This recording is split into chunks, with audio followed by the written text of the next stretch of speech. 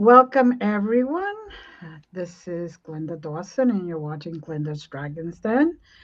I would like to take this opportunity to thank everyone who is here every week, those that share this program, those that send me feedback, and I am so blessed and grateful to all of you for being here and supporting this show. I would like you to do me a favor, though. Every single time you see this, whether it's this show tonight or any other night, please share because we have to spread good news out to people. We need to spread good energy out there, one way or another. And somebody may heal by the experiences of my uh, guests. And with that being said, tonight we have a wonderful soul, Karen Holton, who is here and is going to tell us all about herself. And please remember all of her links and information is going to be in the description.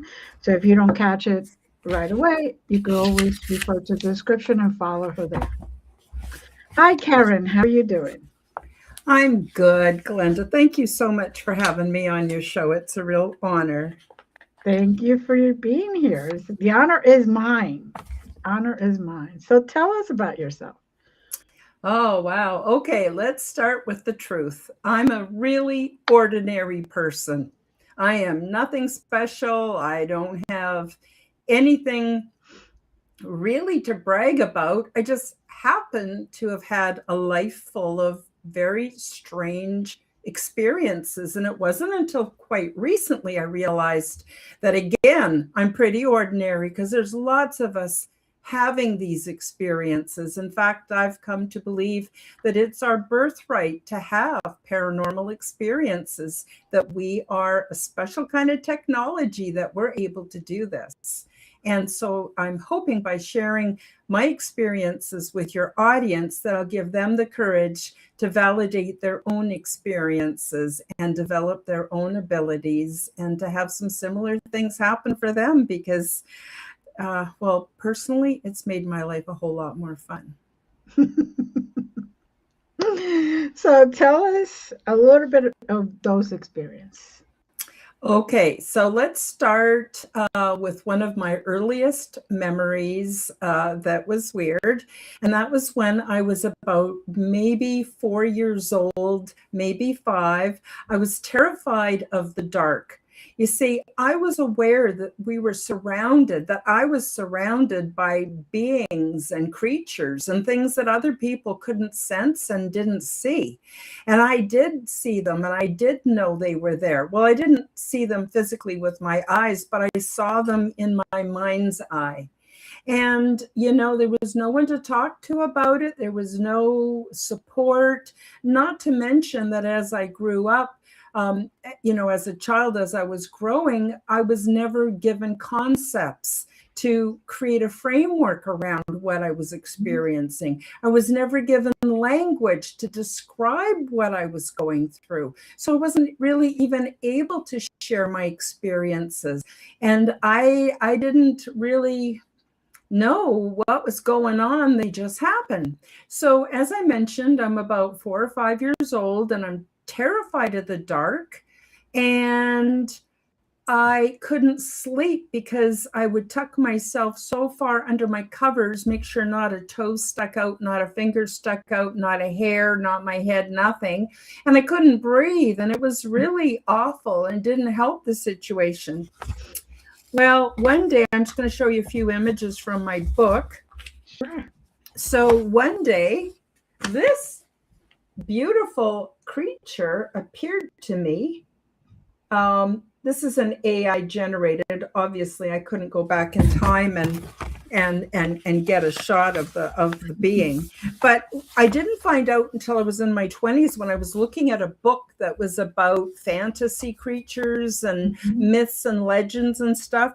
It was a griffin. So it had the head and the wings of an eagle, and it had the body of a lion, except my griffin was all made up of flames. And it was majestic.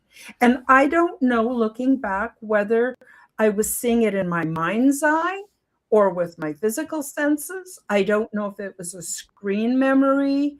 Like, I don't have an explanation. All I know is it brought me comfort, and it let me know that that it would protect me, that it was safe for me to go to sleep.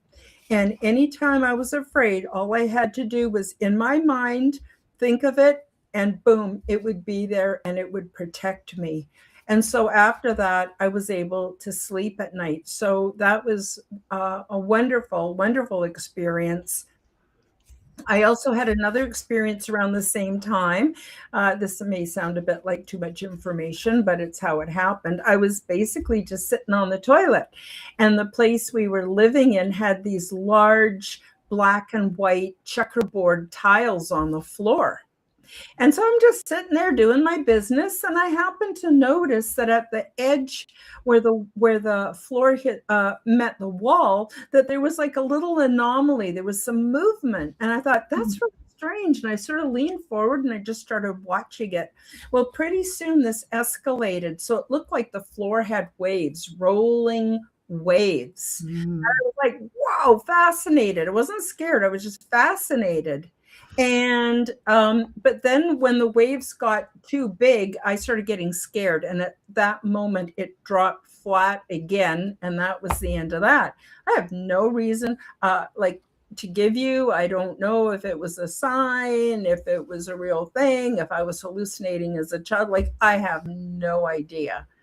So that's kind of how things started for me later on, when I was about, 5 or 6, maybe 7 at the most.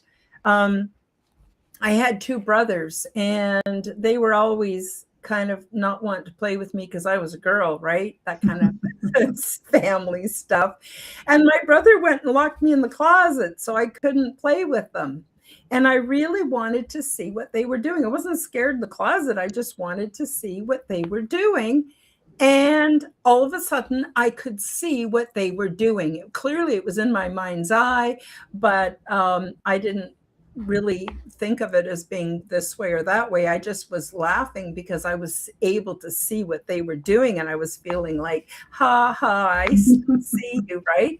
And eventually, when my brother let me out, probably, maybe 15, 20 minutes later, it wasn't too long, I told him that I could see everything he was doing. And he's going, yeah, well, what were we doing? And I told him, and he just made fun of me and made fun of me. And every time I went to try to talk to my mom about it, she would say, stop that. She'd get really mad. She'd say, stop that. Don't talk like that. People are going to think you're crazy, and we don't want that. So you must never talk about these things. That's not real. You have an overactive imagination. And that was all I ever got. Now, when I was about maybe 7, 8, 9, I started just walking to churches that were in my area. I was aware of my spiritual need. I didn't really understand, the dynamics of religion or anything like that. It just seemed like I was told that God was there, and I figured, boy, if anyone needs help, it's me. There's a whole bunch of other stuff I'm not going to get into. I go into it a little bit in my book, but not too much, because quite frankly, my life as a child was a little bit disturbing, and there's no point there's no real purpose in sharing too much of that. Right. Beyond the fact that I think that the disturbing aspects of my childhood actually helped me to become more, and I'll use this term very loosely, but psychic and psionic. Mm-hmm. Well, I started going to churches, and I started telling people about some of the things I was experiencing. And oh my gosh, don't ever do that. That's the devil. Those are demons. You're going to ruin your whole life. So here, great. I mean, even as a child, I figured it out. I had a choice of either being crazy or being wicked. And I was neither. I was a child. Just trying to make sense of this strange reality. And so that wasn't very good. It really terrified me to think that I was opening the door for demons and stuff. And I actually checked out and joined several different very fundamentalist religions, because I somehow thought that might protect me. and I tried to shut down my experiences as much as I could. And then later, I started to think I was crazy because other people weren't having these experiences. Why was I? Was I Mm. imagining it? Was I a crazy person? Oh my God, I didn't want to be a crazy person. And I didn't want to be a wicked person. I was Yes. actually a good person right from the get-go. I loved to be out and watch the bees and the neighbor cats and dogs. In those days, all the animals ran free. Mm-hmm. And I loved flowers and caterpillars. And I even used to pick up caterpillars, I remember, on my way to kindergarten and put them in my pocket, thinking I was saving them. And then during kindergarten, they'd all crawl out and be all over. And the teacher said, who brought the caterpillar? I said, me, I'm saving them. So that was my nature. My nature was not, Right. considering what my life was like at home, my nature was very good, very pleasant. I'm pretty proud of the way I was, and Mm-hmm. try to maintain that. So those are some of the really early experiences. Do you want to hear about a few that happened a little bit later? Oh, of course. Of course. Okay. Well, I wasn't sure if you wanted me to just stick to my young childhood. Okay. So later on, Mm-hmm. when I was an adult, I had several strange things happen. One of them was I was on Vancouver Island. I'm Canadian. I was on Vancouver Island, and I was at a place called Stoughton Falls, and they have these very shallow rivers and a lot of shale and flat rocks. It's a beautiful place just to go and get some sun. And I was lying on this big flat rock, looking up, just loving the sun. I love the way it feels on my skin. And I saw a bald eagle, and it was way up there going round and round and round like they do. And all I did was have the desire to see things from the eagle's perspective. And boom, in a flash, I was seeing what the eagle was seeing. I could see way down below me, little tiny on the rock. There was me. There was the forest, the rivers, the logging roads. It was all beneath me. It only lasted for a few seconds. I was like shocked, and then boom, I was back down on the rock. And I went, oh my God, I didn't even know this was possible. Well, since then, pretty much every summer, at least once, I do that because I just want to see if I can still do it. And I can. It's quite lovely. And I had no language for it, no concepts for it. I just was very, very grateful for the experience. And another thing that happened that was really similar a few years later, I was in my room in an apartment I was renting, and I had a cat, and my cat was chasing something under the bed. And it was nighttime, so it was pretty dark, but not completely pitch black. And I wanted to see what my cat was seeing.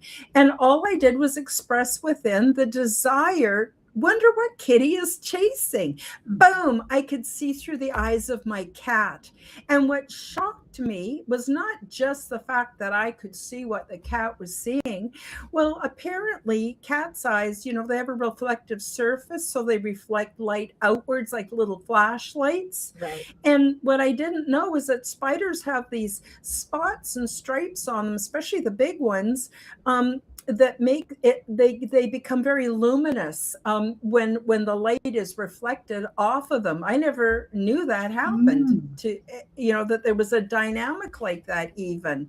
And so I just started laughing, and boom, I was back in me again. And I went, oh my gosh, like I didn't have language for any of that, like consciousness transfer or anything like that in those days. I was just like shocked. So Mm-hmm. what I want to say about my gifts is it's not something I can just turn on and turn off. Sometimes I can, but mostly it's just expressing the childlike wonder and the desire to see things from these different perspectives. Mm-hmm. And so that was pretty lovely. And then later on, I ended up. I feel so bad about this, but I'm going to tell you the truth.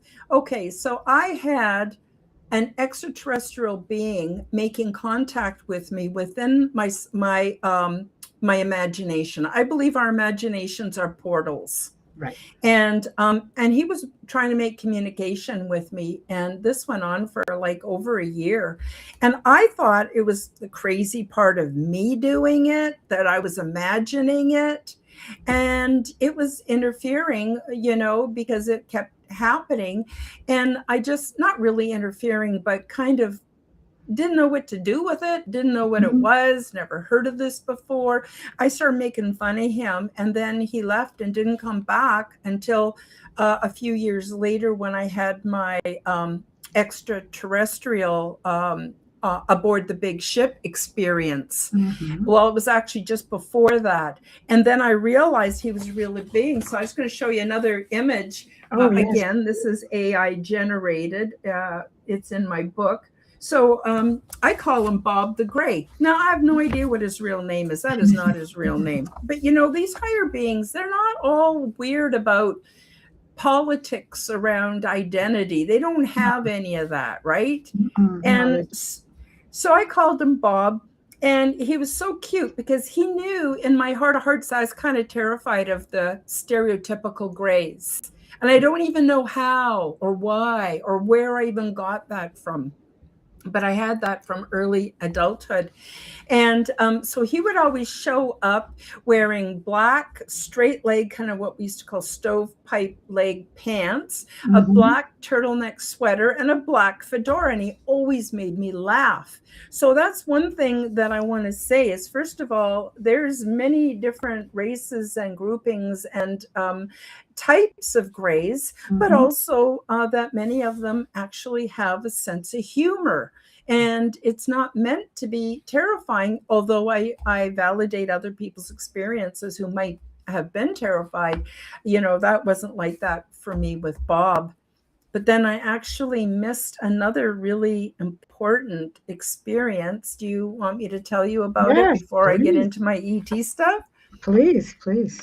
Okay, so I had a really, really bad experience as a young adult. I had 2 children. I had been married. My husband and I were split up. He had remarried.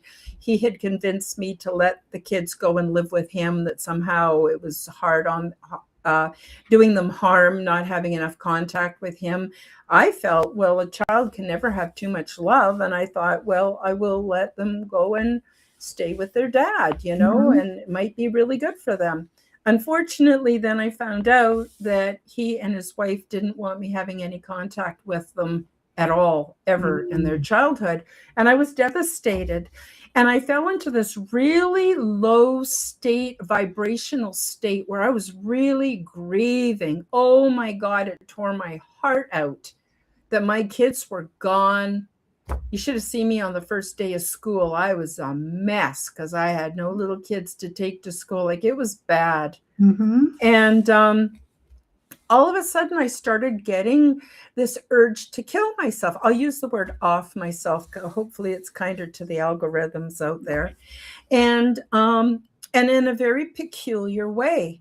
And I want to skip forward a little bit just to give you more context. 2 years later, I met a woman and she was asking me where I lived, and I told her, and she said, "Oh my God, do you know what happened in that little house?" And I said, "Well, no." She says, "I'm friends with the mother of the man who offed himself, and this is how he did it." And it was exactly what had happened for me 2 years earlier. So what I'm thinking, and the lesson here, I think, for everybody, is we match up vibrationally to what we are and how we're experiencing life. And I had fallen into this deep state of grieving that I somehow tapped into. This is my opinion, I have no proof, but that I tapped into this low vibrational state or impression that was left by the man who had lived there before me. Okay. So now going back to when I was having the urge to off myself, it was the middle of the night. I was going to do it the next day. And all of a sudden I had what I call an overlay. An overlay is when we see something with our imagination, but we're fully awake, our eyes are open, and it's so strong that it is a more real image than what you're seeing out of your physical eyes. Right.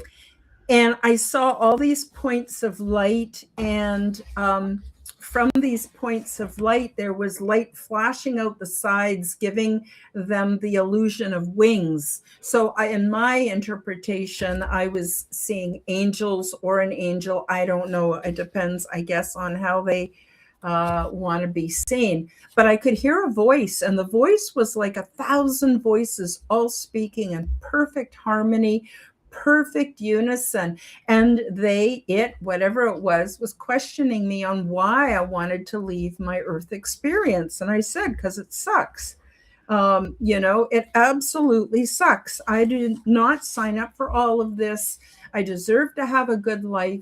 I deserve to have better than what I've been experiencing. I need my children with me.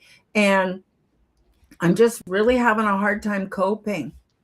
And this is interesting. They basically told me that all of us humans have exit points.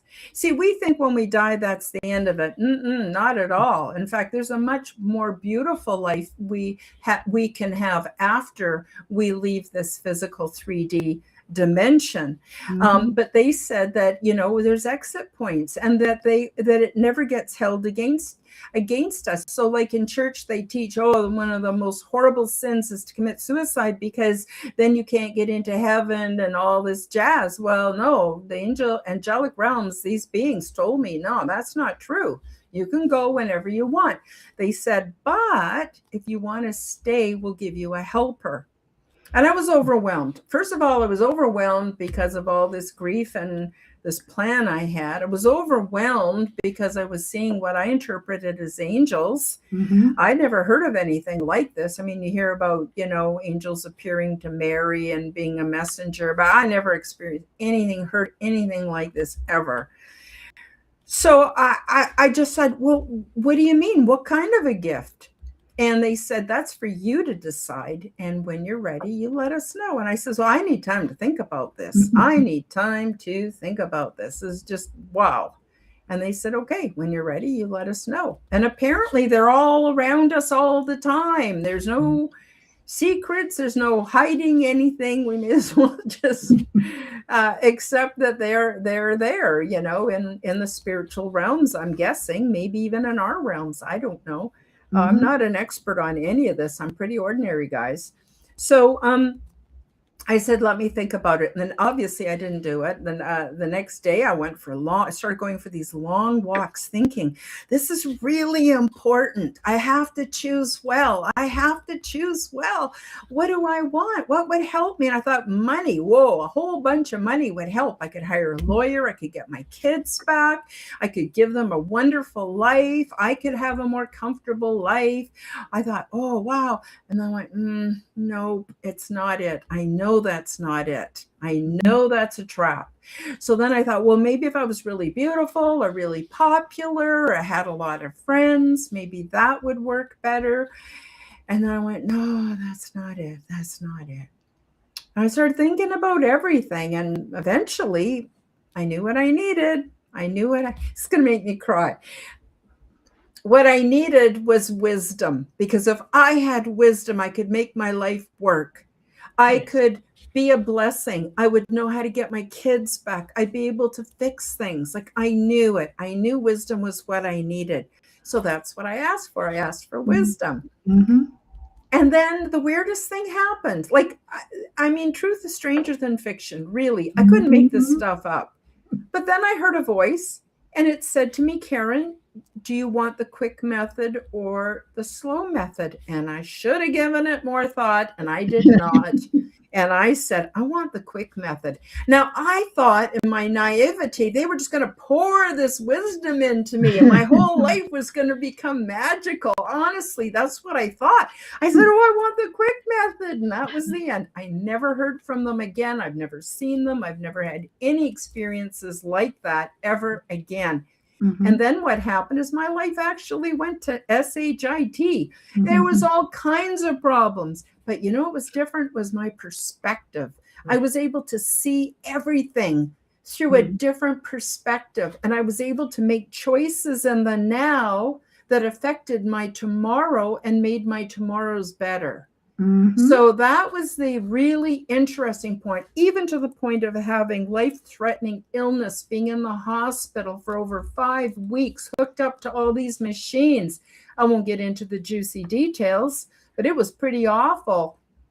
And that was when I went, okay, Karen, either these new ideas that you have and inklings that you have and spiritual beliefs that you have, they're either real or they're BS. If they're real, you better bring it inside to you to carry with you if you're going to survive. And that's what I did. So I don't have to go to church.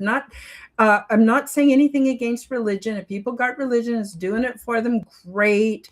But for me, I had to move all of that inside and make it real for me. And that's what I did. And that's how I was able to survive all kinds of things. And the long story short, too, is that 6 months after my angelic experience, I had my kids back and we were a family again. And it was awesome how it happened. So there's that. And then, of course, Bob the Gray. And Bob the Gray really helped me with my whole awakening process. And the way I see it, there's a difference between awakening and ascension. For me, the way I experienced it, awakening was realizing the world is not what we were taught. It is something completely different. And so every time I'd reach a new layer, and that even includes today, a new layer of awakening to what's going on around me, there's a lot of shock and awe, and I'm thrown off balance, and I have to process another damn layer of the onion. And I have to get to the point where I don't have to like it, but I can see it for what it is. Right. And I can choose to be how I want to be, which basically is to become the change I want to see in the world. And that was my awakening. And it wasn't until I had done significant layers of that I then started to experience what I call the ascension. And what I call the ascension is just the raising of our resonant frequency. Every cell in our body has a frequency. Each one of us has our own unique frequency. I needed to raise my frequency for two reasons. One was so that I could learn more and experience aspects of life I didn't know were possible, but also I had to raise my frequency, because what happens is we're interacting with other people, other beings, other things all the time, and we will only be met with where we're at with our frequency. So, if we're tired of being around psychopaths and demons and all that kind of stuff, we need to raise our frequency so they can't touch us. They can't come into our field.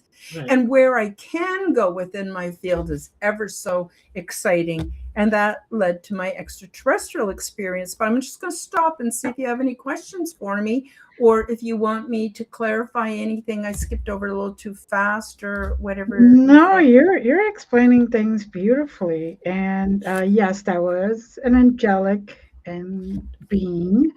They call themselves a being, but they're many voices. They're united. So that's why you heard one voice, but resonating with many. Yeah.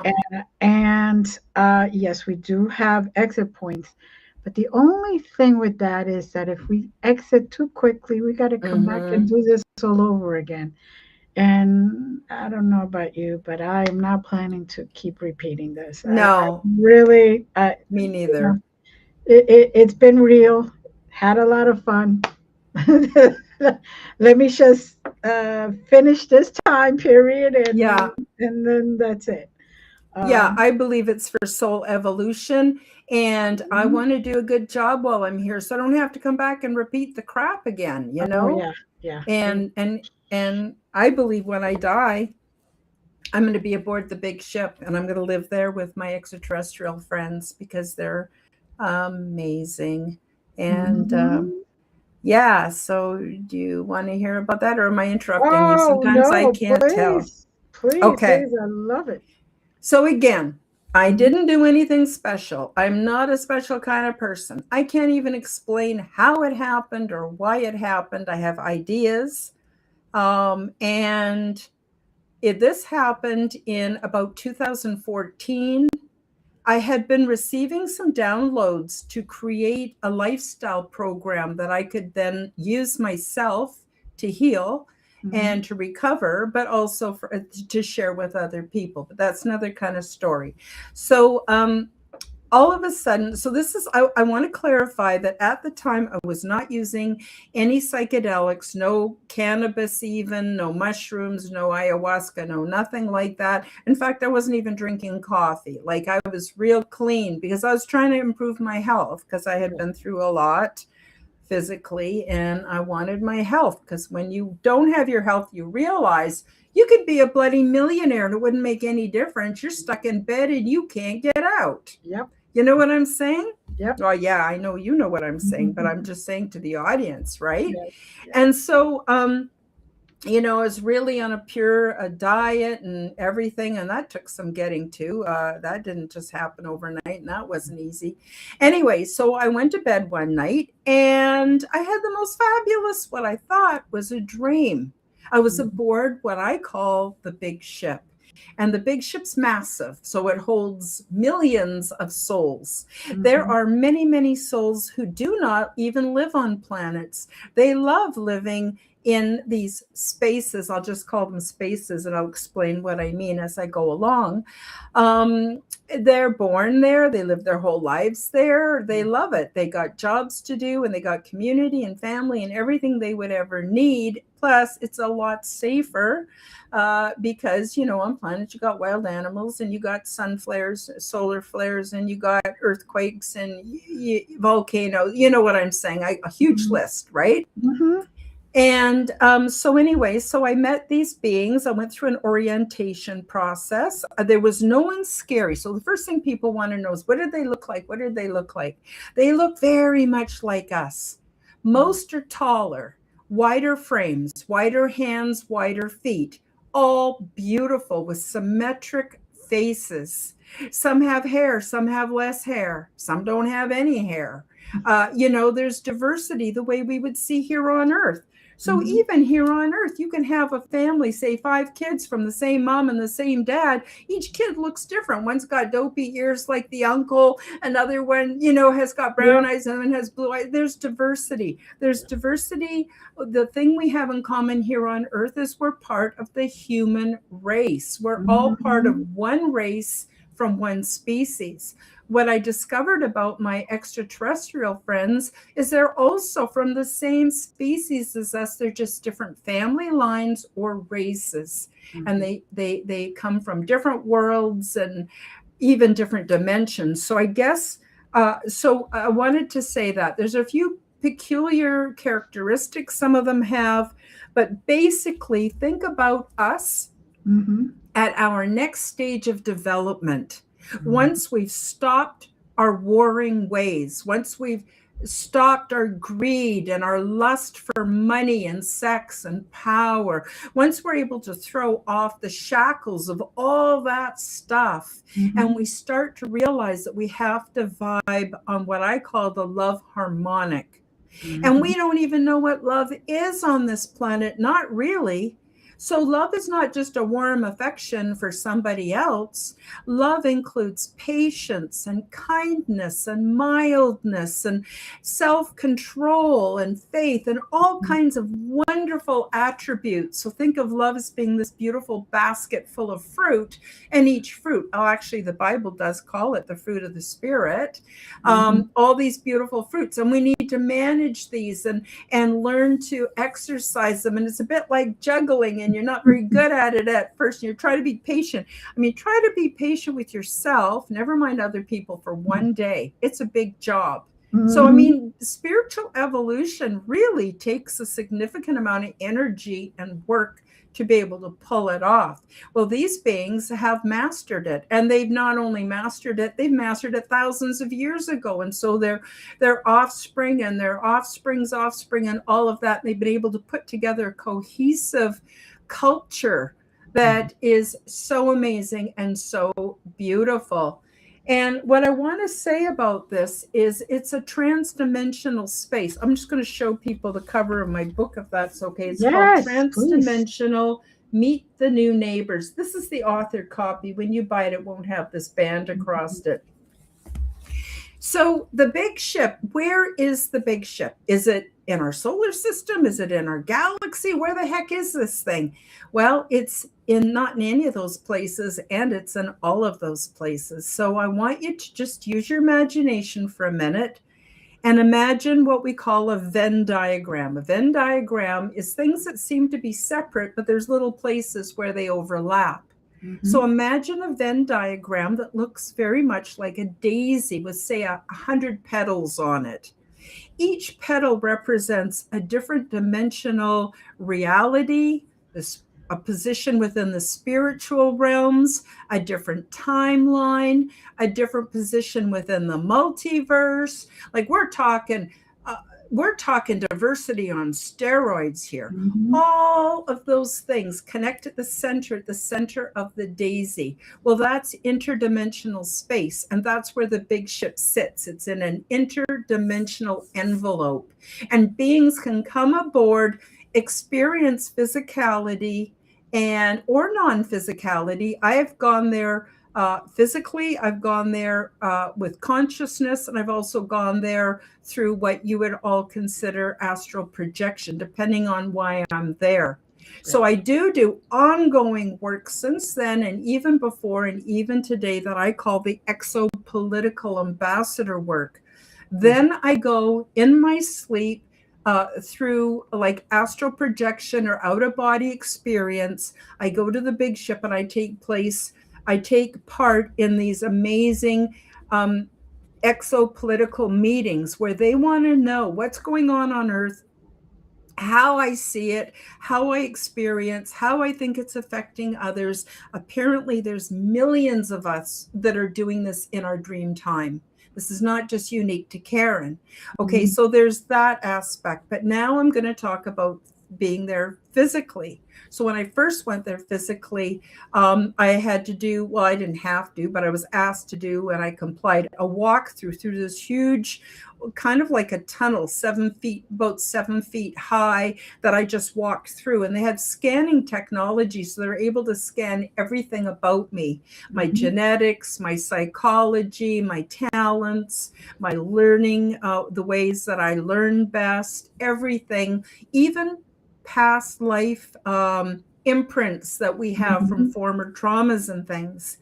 And that way they're able to know how best to serve me. So this big, what I call the big ship, it's very much sort of a first contact point for many beings, so they can go through orientation, and they can learn telepathy if they're from a speaking world like I am. And so that was one of the first things I had to learn was telepathy. It was actually a big job. I go into it in detail in my book, and I talk about the 4 stages of telepathy and how I learned that. But basically, I was with my buddy. She was beautiful. She's like 6'5", or excuse me, give or take. And she's beautiful. She had like pale teal colored skin, but besides that, she looked very much like us, except taller, narrow feet for how long they were. I was kind of surprised, but she was beautiful. And she showed me around. She showed me my quarters. She showed me everything. And I was able to communicate with her. Basically, I was able to get inklings of the information that she was trying to ask me or give to me. I was a long way from proficient at telepathy at that point, but I was able to see little images, like short little videos in my mind's eye of what she wanted or what she needed to know. And I got to tell you a little bit about the big ship. It is a live being of itself. So it uses telepathy to communicate with those of us who are on board. It's a beautiful soul of its own kind. And everything within the big ship that we could possibly need, the big ship just knows, because it can pick that up. And everything is like, I call it self-assembling nano biotechnology. So it's the ship, but it will produce what we need. But to us, like for me, coming from Earth in 3D, it looked like magic, but it wasn't. It was technical and definitely science driven for sure. Right. And so anyway, like for instance, when she showed me my quarters, I knew she wanted me to show her how I sleep at night. And I just imagined being in my bed. And then she would just motion to the wall and a platform would come up and a beautiful kind of a futon would just form with some blankets and pillows. And she just motioned for me to try it out. And I laid down and she could tell by the way my body just instantly relaxed. It was just perfect. So this is how I started off with communicating with her. And I was worried because I had a kitty at home and nobody knew I was gone. And I wanted her to know that. So I started feeling anxious and she just touched my arm and I knew that she wanted to know. So I started just imagining and speaking out loud, which I was still doing. What about my kitty? Nobody knows that I'm gone. Who's going to feed her? Who's going to look after her? And she just stroked my arm a little bit and had a very calming effect on me. And she let me know that I was going to be back home the very next morning.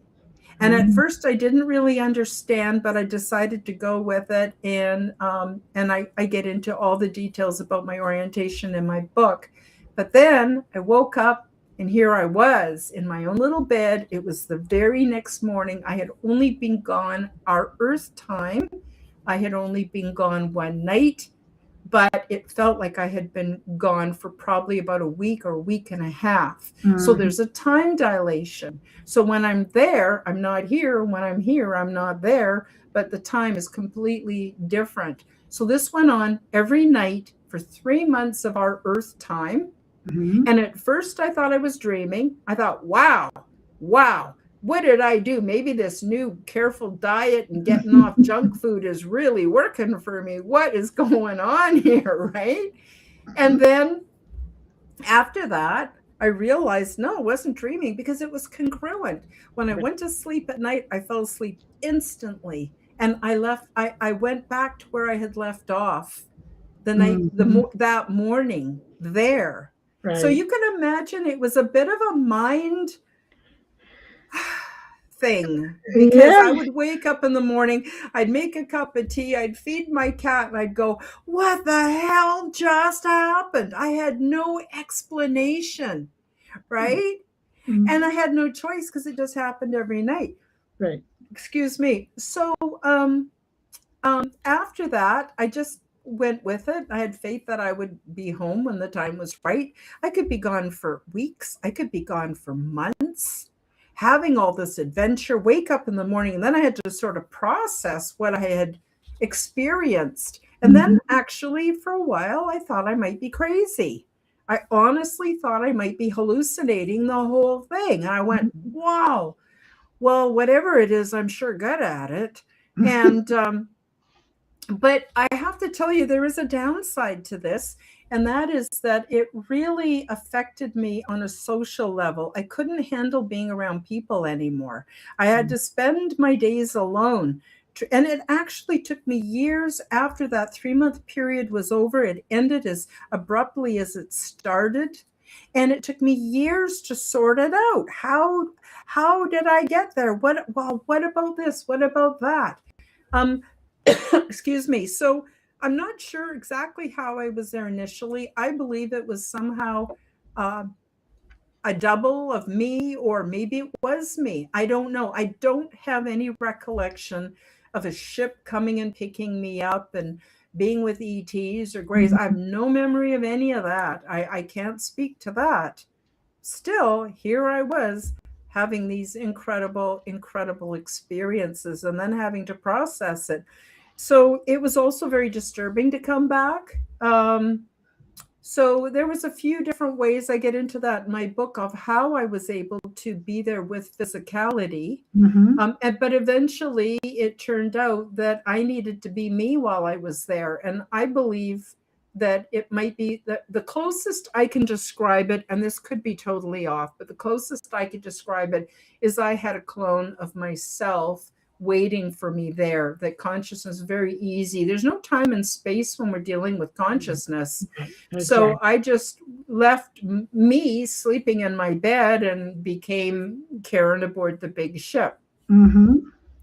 So there was all of that. And so after 3 months, it abruptly stopped. And then, wow, I had to somehow process this incredible, incredible experience. I noticed we're quickly running out of time. So I'm just wondering where you'd like me to go from here, Glenda. Well, would you like to do any type of special blessing or anything like that? And then, the remaining time, if there's anything particular you want to talk about that we haven't had a chance to talk about.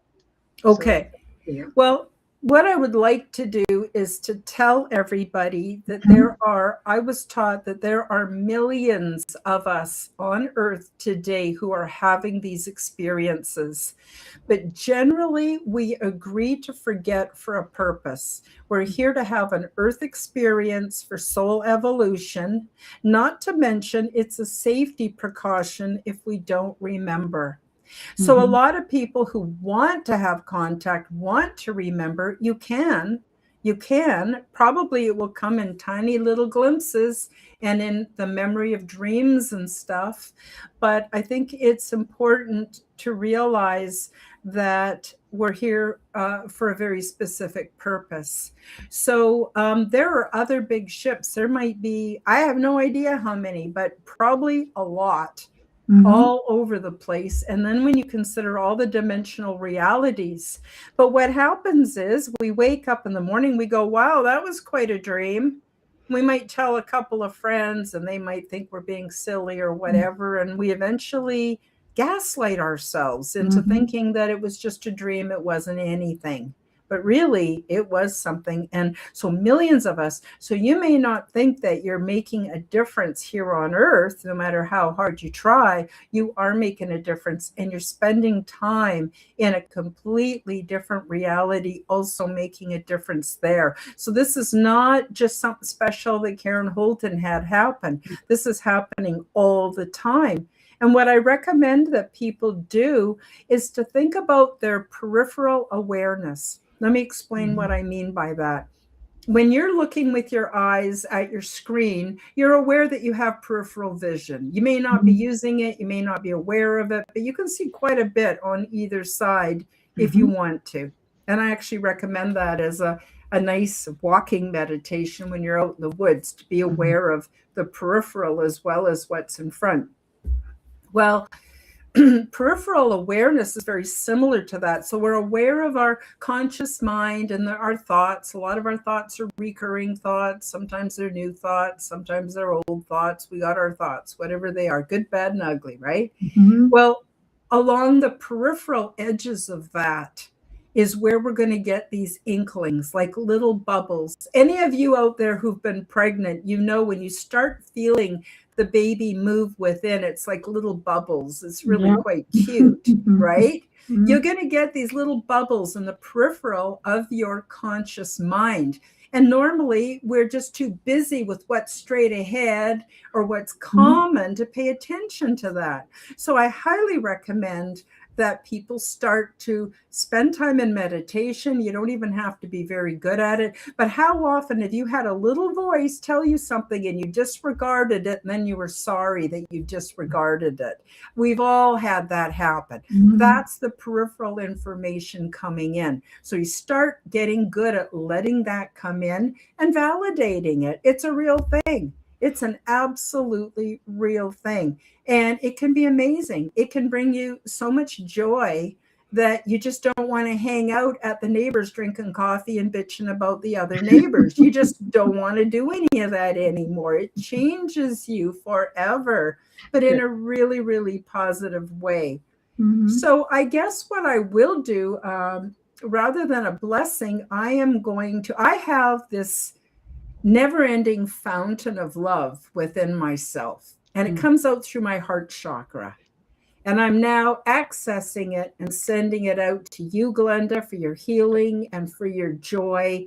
And I'm sending it out. It's going to make me cry because tears seem to come with spiritual movement. It's coming too. So Okay. And I'm sending that love out to everybody who watches your podcast, listens to your podcast, has anything to do with this episode or even any other. I'm sending out my love, and it's flowing through me faster than the speed of light, faster than anything. It's flowing out to all of you, and I want you to grab it and accept it into your heart and let it give you the little bit of lift that you need to get through your day, your week, your life.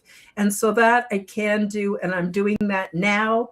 And for those of you who wish to receive, it's happening. It's happening. And you don't have to doubt it. And I think most of you will probably really, really like it. The other thing I want to do is invite people over to my channel. Actually, I have quite a few channels, YouTube and Rumble and Odyssey and Telegram and on it goes. And I'm also part of the Forbidden Knowledge Network. So I'm available on all audio podcasts.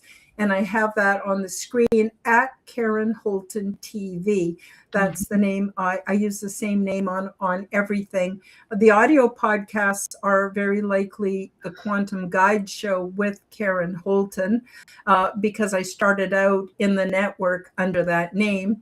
So I have a couple of different shows. One is on Wednesdays in the daytime called the Quantum Guide Show. And I interview people who are amazing and have gifts that they're offering the world. It could be everything and anything that's positive or that's helpful.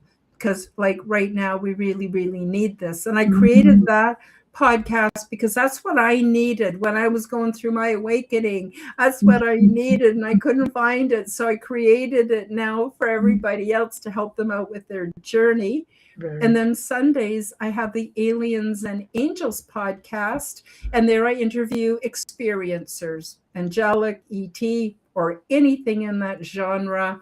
I have those people on Sunday, give them their own area. But more than that, I do my podcast live, and I have a wonderful live audience who joins us. They're very loving. And the thing I want to stress is that I'm nobody's grand poobah. I'm not the spokesman for ET or anything like that. I'm just talking about my experiences. And anyone that comes and joins us in the live chat, or anybody who comes in and watches my videos, they get to keep their own intuition, their own feelings, their own beliefs. Nobody has to believe what I believe. That's totally okay. Even if you get my book, you don't have to believe it's real thing.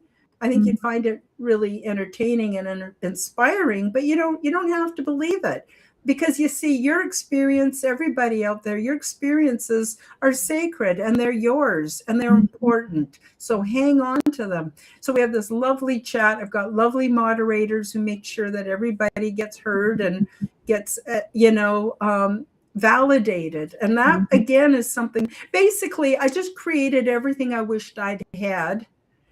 For tools to help and assist. And then, of course, I do many visits to other people's channels, like yours, Glenda. Thank you so much for having me. It's been a real joy to be here and to speak out and to share, because I want people to know there's a whole lot of crap going on out there in the world. I don't even know how much of it's real, but just in case it's real, oh my God, you need safe places to go, guys, where you can get soothed. And eventually, if you don't do it already, you learn to bring forth your own wellspring. And that gives you what I call the waters of life. It's very satisfying. It's very, basically, there are many podcasters out there who are serving up the spiritual food that's needed in these end times or dark times, depending on how you want to look at it. So there's that. I also have a website, KarenHoltonHealthCoach.com. It's become more of a spiritual kind of practical place rather than health. But health is a broad category. It's not just what you eat and how much exercise you get. It's so much more. And Exactly. I think when we get validated, it's extremely healing, to be validated. And I think I mentioned everything. Yeah, I think that's it. I hope I didn't say too much. No, absolutely not, Karen. We truly appreciate having you here and being so candid and open because I know that, even if we write books, it's different writing it, but Mm-hmm. talking about it brings it all up to right in front of you again. Mm-hmm. So I do thank you for that. And I thank you because you have hit a lot of points that a lot of people do not realize that they're also going through it. Or Mm-hmm. they may be going through it, but like like you, when you were told younger state, don't say that because they're gonna think you're crazy. Mm-hmm. People still keep it quiet. When I was growing up, you didn't talk to anybody but my mother and my grandmother about whatever I was experiencing because people would think you're crazy and you would be put away. And, Mm-hmm. and we would never see you again. Not the same one, because once you're in those asylums, the old ones, you never came out the same. Came out not Yeah. a ghost of a shell of who you were. Who you were. Hmm. Right. I actually get into that in my book too. That Mm. people say, "Well, how come there hasn't been more people talking about ET contact?" Well, it's because they were all institutionalized, drugged, Yep. and had bits of their brain pulled out. And Yep. now it's kind of disturbing that in the United States and Canada, they now want to bring back the old style asylums. Yes. So I don't know what to say about that. I think that we made it this far. That I think it's time to let go of those old ways Yes, and be open to new avenues. that's New right. avenues. That's Well, right. thank you very much. And as always, to my audience, remember to follow and support our guests because they're all here to help you. You may not agree with them, you may not resonate with them, but there is someone who will touch you. Their story will resonate with you, and you will feel at home and safe. And to all, love you. Bye.